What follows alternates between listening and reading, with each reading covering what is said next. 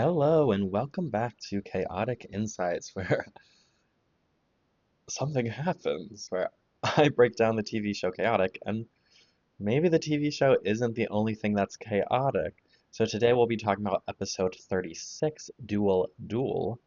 So grab a snack, start your laundry, and we'll dive right in. But actually we won't, because new location unlocked, crazy, it's been a wild time. Just so you know, because you are so interested in my life. Um, I pre-recorded a bunch of these episodes, and I probably watched and took notes on these next three episodes 10 to 15 weeks ago, and just things have happened, and now I'm finally recording them. So you're in for a treat. So let's dive in. And episode summary, Kieran convinces Kaibon to let in his human friends to scan a new piece of battle gear called the Phobia Mask. So Kaibon tells the guards to let in Tom and Kaz, but then Christella and Clay show up and trick the guards into letting them in by saying, oh no, we were separated from the group. Once inside, Christella and Clay try to pour lava on Tom and Kaz, as well as steal, scan, and destroy the Phobia Mask, so that they are the only two players with that scan. Back at the port court, Tom and Kaz confront Christella and Clay for their dangerous behavior and claim that the Phobia Mask scans belong to them. Eventually, a challenge is arranged for the Betadrome, where Tom and Kaz will compete against Christella and Clay in a 2v2 battle. If Tom and Kaz win, they get the scans of the Phobia Mask. If Christella and Clay win, they get to pick 3 cards from Tom and Kaz's decks each. Any 3. In the Betadrome, Tom and Kaz play as Maxor and Kaor, whereas Christella and Clay play as Marquis Darini and Lord Von Blut. But they both equip their creatures with their new Phobia Mask scans. After a tough battle, Tom and Kaz win, but Christella and Clay refuse to hold up their end of the bargain.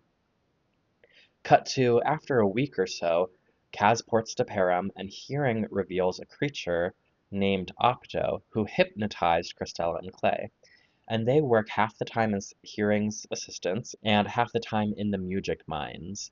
So our 4 friends decide the working conditions in the mines are unfair and dangerous, and decide to save Christella and Clay from the hypnotists. Begrudgingly, Christella and Clay give Tom and Kaz the scans of the Phobia Mask as a thank you for saving their lives. On to analysis. Christella and Clay, they're out here again, literally attempting murder. And, I know I've said it before, literally in episode 1, the very first episode, Clay attempts to murder Tom. But this time it's, not implied, it's, actually literal and direct. And you're like, what do you mean they attempted murder? They literally tried to pour molten rock, lava, some would even call it, on Tom and Kaz. Like, that is murder. Like, that is attempted murder. And right, it's not even implied, it's actual direct harm. Because what would have happened if you poured lava on 2 people? Let's talk about it. But we also get more of their recklessness and how that impacts the creatures of Param. Destroying the Phobia Mask doesn't just impact Tom and Kaz because rats they're out of a scan. It impacts Kaibon, who made it. It impacts Hearing, who made the deal to let the humans in. It impacts Kaor, who ordered this new battle gear to be made, right? And this is kind of an example of the interventionist versus conservationist attitude of Crystella and Clay are intervening, but they're doing harm, right? They are harming the lives of the people in Param, the creatures, if you will, and they are creating a reputation for chaotic players. And so that's how you kind of see, at first creatures maybe aren't sure what to do about the humans, but after having interactions with players like Crystella and Clay, they generally are forming negative opinions. So you really see the effects of their harm. Now, our players' strategies in the Betadrome, reflect and amplify their character traits and relationships. So, speaking about Christella and Clay, both of them use strategies that are harmful. They both use each other as bait and turn on each other to gain the advantage. They are both overconfident. They're like, I can use you as a sacrifice and then win on my own. It reflects how they are selfish and greedy in nature, as well as it demonstrates that even though they are on a team, they both have their own self interest and their own dignity as their top priority. They are both prioritizing themselves because I think I could win this. I want these cards are mine. It's a very selfish attitude, and that selfishness comes out in their strategy. Now we contrast that with Tom and Kaz, who never intentionally turn on each other. They turn on each other when they are under the effect of the phobia mask, but they never intentionally turn on each other. And they choose to stick together the whole time. They don't use each other as bait. They compromise and they discuss and they communicate. And they may not agree on strategy initially, but they have that conversation and they decide on one. They can say, this is the strategy we're using. And it demonstrates that their friendship is the core of their partnership and that they honors each other's personhood. They value each other's opinions and thoughts and ideas, and they're willing to come together and like have that conversation. This contrast highlights the two dynamics and how one is functional and one is dysfunctional, right? Tom and Kaz have this working, functional, communicative relationship, whereas Christella and Clay are dysfunctional. They're both trying to put themselves first. Plus, we get a very deliberate and exact mantra from Christella and Clay when they say, quote, we don't care how we win, end quote. And that's like the thesis of their characters. And they continue to show it. They don't care how they win as long as they win. But that's not like cheating, it's working behind the scenes. They don't care if they murder you in the drome to get your cards. They don't care if they pull a fast one and use their new phobia mask scans when nobody knows what they do, when maybe it was agreed beforehand you can't use that because that's the prize, so it's kind of counterintuitive to use the prize in the competition, whatever, right? But and then also at the end when they like don't hand over their cards, they don't care how they win. They lost the battle, but they won the war of keeping the phobia mask cards because they just didn't give them up. They're in their position and they're going to stay in that position until, we get more plot down the line. Once again, our main characters are innovating in the Betadrome space, and I think we should talk about that. They are having a 2v2 battle. Having both teams hit their teammate at least once in the battle demonstrates how team battles, 2v2 battles, are rare, but possible in the Betadrome. It unlocks like a whole set of potential strategies and gameplay for these characters. And so when I say our main characters are innovating in the Betadrome space, they're doing something that people don't normally do, and that's have team battles in the Betadrome space. In a normal drome, it's 1v1. But in the Betadrome, you can do whatever you want, and that includes teams. That includes teams. That includes 2v2. So, it begs the question, if you can do 2v2, can you do 3v3? Can you do 10 on 10? Can you do, 50 on 50? In the Betadrome, is it able to support like a whole group of people? You could have like a real battle or a real war in the Betadrome. And isn't that interesting, So, we're just we're adding tools to the toolbox of this world, and so maybe that's really more of a lore piece of things that the Betadrome is capable of is crazy and new, and that like you can create new headcanons, you can create just it intensifies the world in a way that I think is beautiful. But let's really take a step to discuss strategy. And this episode really highlights why they are choosing their decks and how they are parsing out which music they're going to use, which locations, which characters, right? Which cards they're choosing. And why are they doing this? Because this is a show based on a card game, and they're taking the moment to teach the audience how to better incorporate strategy into their gameplay while simultaneously using it as an expositional sequence for the battle ahead, right? That's why when Runic Grove is picked, we know the impacts, is because they allowed this sequence to breathe about why we're picking Runic Grove. What are the effects that happen if we pick the Runic Grove? And so they pick the Runic Grove because you can only use generic music. And they both pick generic music. That's part of their strategy. Whereas on the flip side, you see Christella and Clay doing a similar thing. Once the battle ensues, Peyton and Sarah are acting as kind of sports commentators to fill in knowledge gaps and move the story forward. Sarah and Peyton are actually really valuable in these episodes because they're pushing the narrative and helping explain to the audience what's happening. Now, the big conclusion of this story shows Christella and Clay being hypnotized and sent in the work mines, to work in the mines, to work in the music mines. Now, this is meant to be seen as a punishment for their moral failings against Tom and Kaz.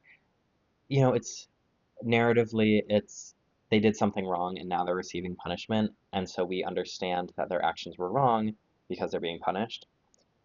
You know, they attempted murder, they backed out on the deal, they lied and they scammed, etc. Like they did bad things and we understand them as the villains and they're getting some sort of retribution. But Tom thinks that the mining is unsafe in working conditions and is like a cruel, unusual punishment. And he thinks the punishment is too harsh for the crime. So they decide to save them and break the curse. The true punishment was giving up the cards and completing the original deal, right? The punishment for the liars are to be truthful and honest, and that's like the natural consequence. Whereas, you know, physical labor and unsafe working conditions is kind of cruel and unusual. It like the crime doesn't match the punishment. Whereas, you know, being being a liar, telling the truth makes sense. Attempting murder, you know, maybe physical labor. I don't know. You know, maybe you pair that up there. But I think this episode really wants you to forget that Christelle and Clay tried to pour lava on Tom and Kaz. I think this is where we derive the lesson from the episode is that like you should have empathy for everyone, even those you dislike and disagree with. You should still have empathy for them. Tom is a morally upstanding guy who advocates for the safety of others, and he cares whether Christella lives or dies. Even if he doesn't like her, he cares if Clay lives or dies, even if he doesn't like him, because he values a human life, and not just the human life, but having quality of life after existing. So that's really what this episode, I think, is trying to teach. I think that's the lesson. I think that's the theme, is that is empathy. You know what I mean? It's that you should care about other people. You know, Tom was wronged by these people and he cares and he stands up for them. He's not being a bystander, he's being an upstander. And like that's noble and true and that's what people should strive for. Now, I also think they don't really get into it, but having Christella and Clay being hypnotized into like unpaid labor is also just it's like on the edge of things that are acceptable. I don't think them doing right unpaid labor that they're not consenting to as punishment for a crime is like okay. There's something about America. There's just something about having the punishment be unpaid, unconsenting labor that I think reflects American history, and and that's bad. Christella and Clay, as punishment, are doing unconsented, or they're doing labor that they did not consent to, and they're doing like manual physical labor, and I think it's really reflective of like punitive justice, whereas this episode, in its lesson and theme of empathy and like upstanding and like speaking out for those, like even if you don't like somebody, you should still care about them. Like in that lesson, I think it's advocating more for like a restorative justice system. And I know this is digging way deep into it, but right, Tom doesn't think that the punitive justice system is right or correct. It's unsafe, it's dangerous, and it's like frankly unfair and not okay. And so he's advocating for more of like these natural consequences of you took our scans, restore them to their owners, right? It's more of a restorative justice form. And like Chaotic really doesn't get into this, but it's there in the text. And so I think we have to talk about it. I would advocate you to watch the documentary 13th if you haven't seen it, and you might get a little more of a clue into what I'm talking about. And that's all I'll say for now. But I think, there's a bigger, deeper conversation here.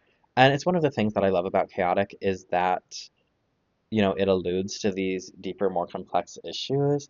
And this is one of them that honestly I really didn't think about until watching it this time. Well, not even watching it this time. Like I watched this episode, 15 weeks ago, and now, like looking at my notes, I'm thinking about it.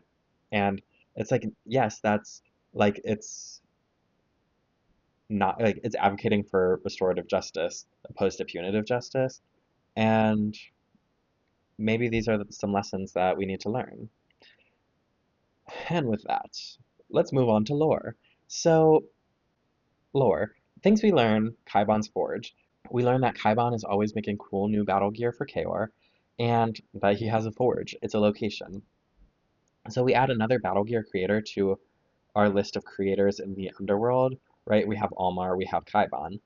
And we also get to see this lava-filled location that Kaibon creates in. So that's cool. It's expanding our world. We also get the moment when Hearing is trying to convince Kaibon to let the people in.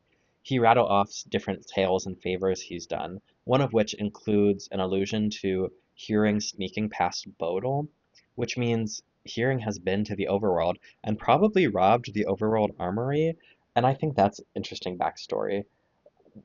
And while we're at it, we also get that Kaz has a run-in with Cougar at Stone Pillar, and these are like moments in the show that allude to things that we don't see. Like time passes while we're not there as an audience member, and I think it just expands the world. We also get Runic Grove information that you can only use generic music, and that the grove cries out when it gets hurt. And isn't that interesting? And I think like this is one of those things that I think is a breadcrumb of like what is the Runic Grove? We don't know yet. We just know it's a location and that it has effects. But I think like seeing it displayed in such a large way like shows that they have plans on expanding that lore later down the road. We also get information about the phobia mask. The red button drains power and courage. The green button messes with your mind and plays with your fears, and that is what make friends turn on each other. So, we get some of that. But really, I think the big piece of lore in this episode is the music mine, right? They dig for music because it is ancient and it has been buried like artifacts. And so that means you gotta go digging for it. And we also get to see the facade of Hearing's home in the underworld, which is at least two stories, and that's interesting.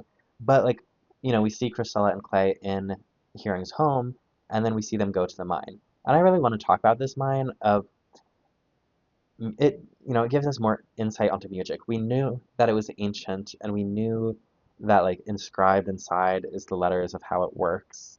And but it being buried, it just makes sense with the lore that we already know. But having mines, that's interesting, right? Are they only digging up underworld music in the underworld mines? I don't know. But like, how do overworld get music if the underworld is beneath them, right? They must have either mines themselves or a different system. Mepedians, Damians, similarly? Like how are they getting their music too? These are questions I want to know. Now, onto fun facts and other notes. They say gear can always be replaced, but creatures are one of one, which I agree with. Good insight from hearing. And also, similarly to locations are always right where you leave them, battle gear can be replaced, locations are always the same, but creatures have the variable stats and are always different. And I think that's such a lesson, and it really reinforces the empathy aspect of we're all different all the time. Let's care for each other. Now, onto I think something I like about this episode is the phobia mask plays with courage, and we get consistency in visual storytelling when creatures lose courage. It goes back to when Maxor was losing his courage from the music and that whole saga. He had this warped fisheye view of the world, which is consistent with when Maxor loses his courage in this episode as well. We get this kind of fish eye and it distorts the creatures, and I like that visual storytelling consistency. I also feel like we haven't seen Christella and Clay in a while. Like, for recurring villains, they seem so sparse, especially in like this time that I'm rewatching it. We really haven't seen them play a massive role since the Codemaster Chronicles, where they have a more passive role in the storytelling, right? They're just there to watch and, you know, egg egg on and, you know, make some confusion with the music. Whereas here they have like a more active role, but it feels like we haven't seen them in so long. Kaz says that he's beat Von Bloop before, and that's true. It's a reference to episode 11. And another thing about Kaz is he introduces himself to Cougar as Kaz Kaczynski, which is not his last name. His last name is Dan Kalinkas, and we learned that in the Bojan or Bust episode. So maybe Kaczynski is his middle name, or maybe he was giving an alias to Cougar, a little nom de plume, or maybe he was just lying. But I would argue this is like kind of a continuity error, um, because to Cougar, he goes, Kaz Kaczynski, whereas we know him as Kaz Dan Kalinkas. Unless he, like, got married and changed his name. That's crazy. I don't think he did that. But that's just an interesting fun fact to note. The last thing I have written under fun facts and other notes is Peyton has a thing with Tina Dina. Anyways, my final thoughts on this episode are, this is a big episode for Christella and Clay to really show off their villainry, and I love the new dynamics that a 2v2 battle introduces. I feel like this is a really iconic episode with the Phobia Mask, with Kaibon's Forge, with the 2v2 battle, and Christella choosing Marquis Dorini for some reason. Like, what's that about? But also, we get the hypnotized Christella and Clay, and like for all of that, like for those iconic moments, I do have to like give it props. But I will say I had a hard time sitting down and like wanting to sit down to watch this episode and to write a script for this episode. Although I think this two-part episode has good elements, I don't see it as strong as some of the other two-part episodes. This battle, it's a little drawn out, it's a little slower paced. The storyline after the battle feels a little disconnected from the match itself. We do get a time jump in between the week of like when the match happened and what happens after the match, which I think is fun, but it also further disconnects them a little bit. And so like that's I think what I have to say. Like I have like strong memories of this episode, but like rewatching it wasn't my favorite.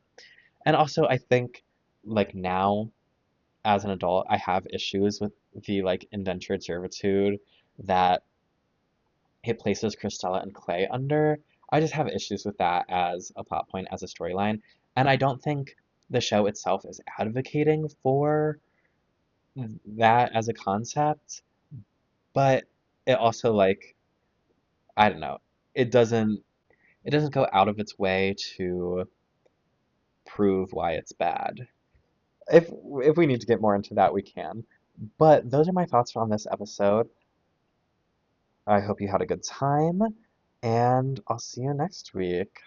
Bye.